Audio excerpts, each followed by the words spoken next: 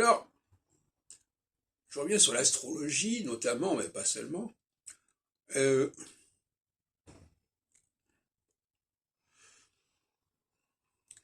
quand on veut prouver quelque chose à quelqu'un, il faut s'appuyer sur ce qu'il sait, sur ce qui lui est familier. Et donc, plus les gens sont limités dans leur connaissance, dans leur culture, plus on devra se focaliser sur des choses qu'ils connaissent. Par exemple, ils se connaissent eux-mêmes, ils connaissent leur propre vie. Souvent, les gens connaissent beaucoup mieux leur propre vie que l'histoire politique.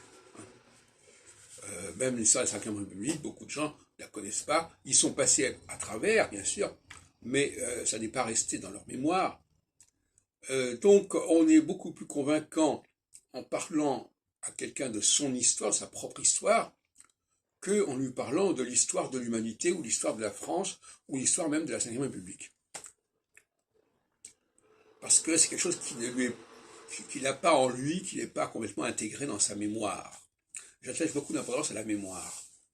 Quand les gens n'ont pas de mémoire et qu'on doit leur fournir des informations, bah, ils sont pas à l'aise parce que ce sont des informations qu'on leur donne. On dit, ah oui, vous me donnez une information, mais peut-être que vous donnez cette information parce que ça vous arrange, etc., etc.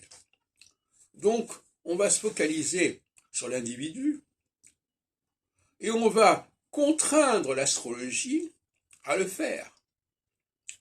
C'est-à-dire qu'elle va contraindre l'astrologie à s'adapter au niveau d'individualisation propre à l'individu lambda qui est très peu cultivé, qui connaît très peu l'histoire du monde, l'histoire de la France, l'histoire de l'époque, etc.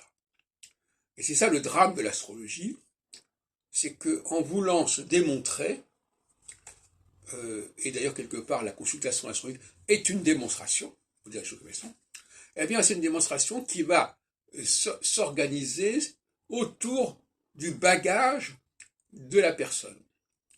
Et comme son bagage est extrêmement limité à cette personne, à ce qu'elle est, à ce dont elle se souvient, eh bien, on va développer une astrologie dans ce sens. Et voilà la naissance de l'astrologie individuelle, en fait.